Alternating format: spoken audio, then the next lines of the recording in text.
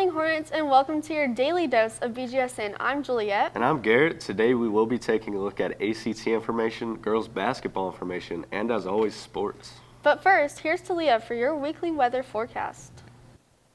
Good morning. Today's weather is looking mostly sunny with a high of 84 and a low of 67.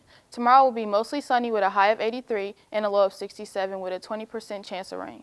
Wednesday will be partly cloudy with a high of 84 and a low of 72. Thursday will have scattered thunderstorms with a high of 80 and a low of 67 and a 60% chance of rain.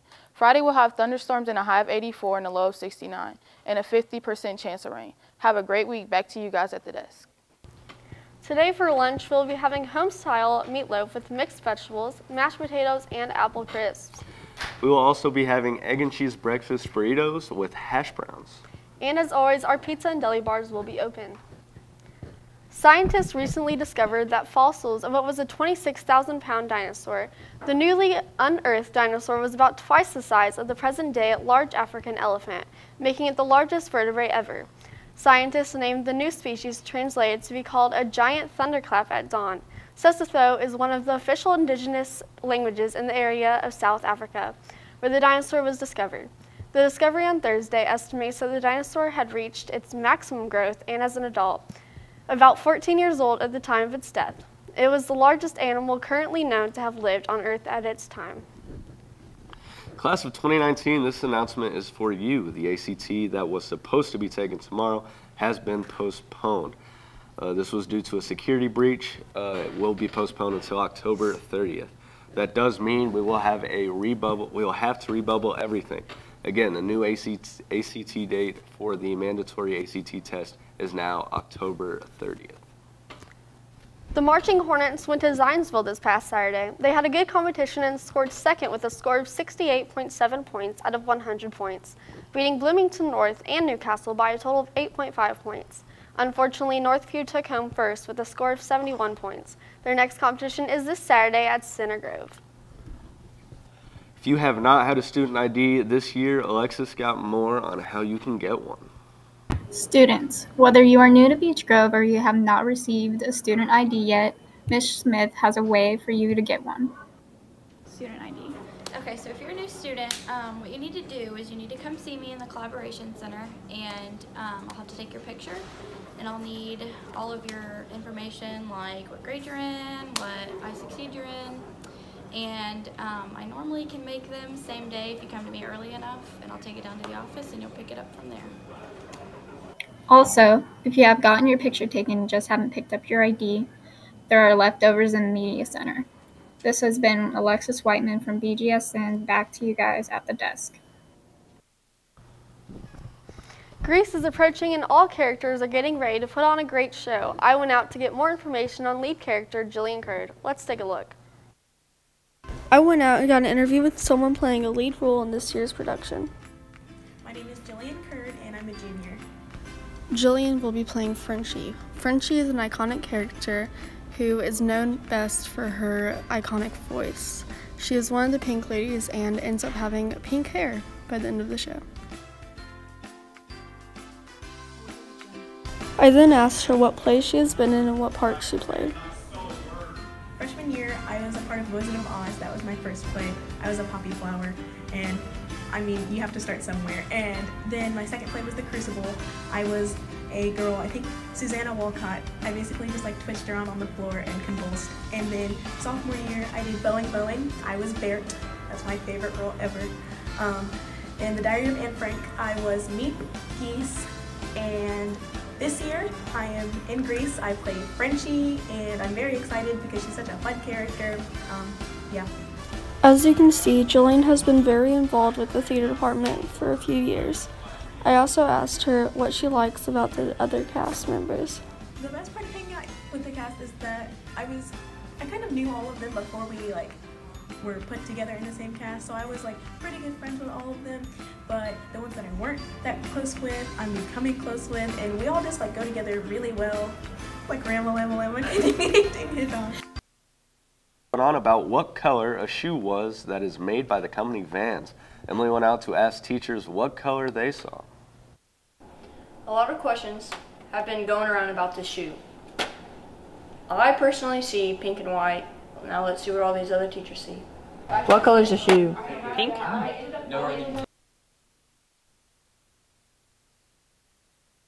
It's mint and gray.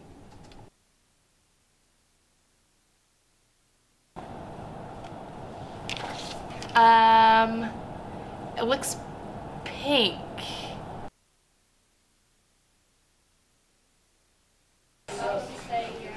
Blue and gray. Definitely gray and teal. Where's the shoe?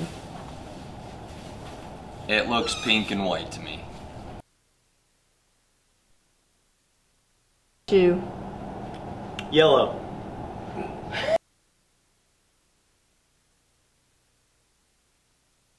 %45 of people said that they saw gray and teal, while 55% said they saw white and pink. That's all for me. I'm Emily Johnson for Bgsn. And now let's toss it over to Jordan for sports. Welcome back to sports. Last Friday was senior night at the Hive, as well as inter-conference game versus Cardinal Ritter. This was the first time we beaten Ritter at home and the second time forever. The boys started nice with a 61-yard touchdown run from Terrace Pope on the first play. He ended up with 104 yards total. Sergio Hulse had yet another outstanding game with 3 touchdowns and a total of 160 yards. This gives him 9 touchdowns in just 3 games. The offense line had a very impressive performance, and this is Beech Grove's best O-line in the long time, behind Tabor, Dale, Smock, Fryer, Commodore, and Cayley. Kion Tyler broke 2 tackles and raced for a 60-yard touchdown pass from Jordan Rill. Rill threw for 2 touchdowns and ran one in himself. The second one was to Donovan Bailey, who went up and snagged a ball on a 39-yard touchdown pass. Freshman Julian Lopez found himself getting a lot of playing time Friday, and he forced a fumble and then covered it as well.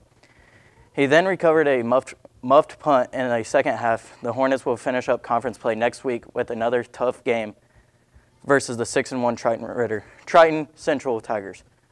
In MLB news, the season is approaching their final games before their playoffs in a rare two-way tie in both American and National League. Tonight, the Brewers and Cubs will compete to see who plays in the wild card game, and the game story goes for the Rockies and the Dodgers. Each team is competing for the titles tonight. Tune in to see the outcome. In Colts news, they had another hard-fought but disappointing loss to the Texans at home. This game went into overtime, and after a gamble on 4th down, attempting to win, Frank Wright blew the chances at the tie. The Texans only needed to travel 20 yards to get into field goal position, and that is what they did. Wright commented after the game saying, "We aren't playing to lose." Despite the loss, Andrew Luck had a good game, throwing 4 touchdowns and no interception. He also threw 464 yards.